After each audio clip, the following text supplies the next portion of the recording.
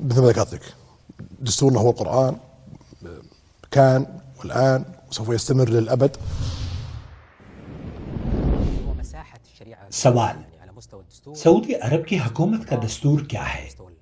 حکومتی ادارے، عدالتیں اور عوام کے لیے ان کی آزادی اظہار کس نظام کی پابند ہے؟ شہزادہ محمد بن سلمان حفظہ اللہ کا جواب: جیسا کہ میں نے پہلے کہا، ہمارا آئین قرآن کریم تھا، اب بھی ہے اور ہمیشہ رہے گا، اور ہمارا بنیادی نظام حکمرانی اس کو واضح طور پر بیان کرتا ہے۔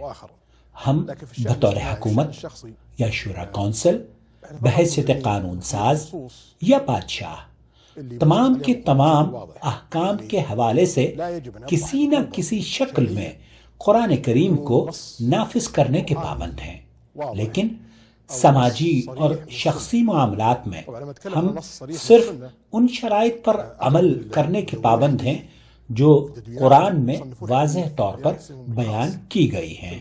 لہذا کسی واضح قرآنی نص یا سنت کے واضح بیان کے بغیر کوئی شرعی سزا نافذ نہیں کر سکتا۔ اور یہاں میں یہ واضح کر دوں کہ جب میں سنت کے نص کی بات کرتا ہوں تو سنت کی شرعی نص کیا ہوتی ہے؟ اکثر محدثین کرام جنہوں نے احادیث کو جمع کیا ہے، جیسے کہ امام بخاری، مسلم اور دیگر محدثین، صحیح حدیث، حسن یا ضعیف حدیث میں درجہ بندی کرتے ہوئے واضح کرتے ہیں، لیکن ایک درجہ بندی اور وضاحت اور بھی ہے جو زیادہ اہم ہے۔ یہ احادیث متواتر ہیں، یہ احادیث آحاد ہیں، اور یہ احادیث خبر ہیں، یعنی کوئی روایت یا حدیث بہت سے لوگوں نے روایت کی ہو یا کسی ایک راوی نے، اور یہ احادیث شرعی اعتبار سے احکام و مسائل کے استنباط میں کسی مسئلے کو سمجھنے کے لیے بہت اہم ہوتی ہیں۔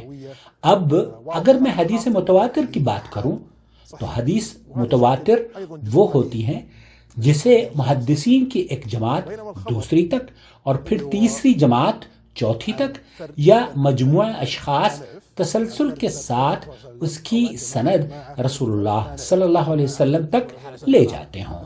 حدیث کی یہ قسم قلیل ہے، تاہم اجتہادی احکام کے لیے بہت اہم اور مضبوط ہے، جبکہ احادیث احاد وہ ہوتی ہیں جو ایک فرد سے دوسرے فرد تک اور پھر نبی کریم صلی اللہ علیہ وسلم تک لے جاتے ہیں، یا کبھی فرد اور کبھی جماعت حتیٰ کہ رسول اللہ صلی اللہ علیہ وسلم تک۔ انہیں احادیث احاد کہا جاتا ہے، اور ان کے متعلق اسلاف کی مختلف آراء موجود ہیں۔ ان میں کچھ احادیث صحیح، کچھ حسن اور کچھ ضعیف بھی ہوتی ہیں، اور یہ احادیث متواتر احادیث کے مقابل التزام میں کم درجہ رکھتی ہیں، الا یہ کہ کسی واضح مصلحت اور مضبوط قرائن کے ساتھ اس کے صحیح ہونے کے شواہد موجود ہوں۔ یہ بہت قلیل تعداد ہے، جبکہ خبر آحاد وہ ہوتی ہیں جو ایک فرد سے دوسرے فرد تک، جنہیں ہم نہیں جانتے، یا کبھی جماعت اور جماعت سے فرد، یوں تسلسل کے ساتھ رسول اللہ صلی اللہ علیہ وسلم تک، اور اس کی سند میں انقطاع بھی ہو۔ یہ قسم بہت عام ہے اور اکثر غیر ثابت ہوتی ہے اور اس کا التزام نہیں ہوتا۔ فهذا هو المنهج الصحيح للتطبيق القرآن والسنة بناء على دستورنا ونظام الأساسي الحكم۔ ہماری حکومت قرآن نصوص اور احادیث متواترہ پر قائم ہے۔ اسی طرح ہم دیکھتے ہیں احادیث احاد کو کہ صحیح ہے یا ضعیف، جبکہ خبر احاد کو قرائن کے بغیر نہیں دیکھتے۔ هو الأمير ملزمون بمدرسة معينة، يعني مثلا مدرسة الشيخ محمد عبد الوهاب هي التي ستفسر هذا القرآن وهذه الأحاديث؟ سوال: کیا آپ کسی خاص مکتب فکر کی پیروی کرتے ہیں؟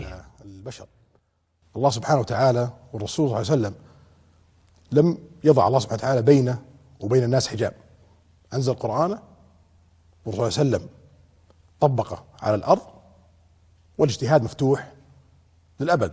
شہزادہ محمد بن سلمان حفظہ اللہ نے فرمایا جب ہم کسی خاص مکتب فکر یا عالم کی پیروی کرنے کا عہد کرتے ہیں تو اس کا مطلب یہ ہوا کہ ہم انسانوں کو اللہ کا درجہ دے رہے ہیں۔ اللہ تعالیٰ نے اپنے اور لوگوں کے درمیان کوئی رکاوٹ نہیں ڈالی، اس نے قرآن نازل کیا اور رسول اللہ صلی اللہ علیہ وسلم نے اس پر عمل کر کے دکھا دیا، اور اجتہاد کا دروازہ ہمیشہ کے لیے کھلا ہے۔ خلاصہ کلام یہ ہے کہ ہمارا منہج قرآن و سنت ہے، جیسا کہ میں نے کہا ہے۔ آپ دیکھ رہے ہیں نون ٹی وی جدہ اور میں ہوں آپ کا دوست، آپ کا ہوسٹ محمد عاقل۔ یہ چینل جس چینل پر میں آج آپ سے مخاطب ہوں ہمارا نیا چینل ہے۔ براہ کرم اگر ابھی تک آپ نے اسے سبسکرائب نہیں کیا ہے تو کر لیجئے، اور بیل آئیکن دبانے کے بعد آل نوٹیفیکیشن ضرور الاؤ کیجئے تاکہ آپ اس طرح کی قیمتی ویڈیو آپ تک پہنچتی رہے۔ اور اس چینل کو اگر آپ سپورٹ کرنا چاہتے ہیں تو جوائن ممبرشپ کے ذریعے آپ ہمیں اللہ ولی الذین آمنوا یخرجهم من الظلمات الى النور والذین کفروا اولیاؤهم الطاغوت یخرجونهم من النور الى الظلمات اولئک اصحاب النار هم فيها خالدون۔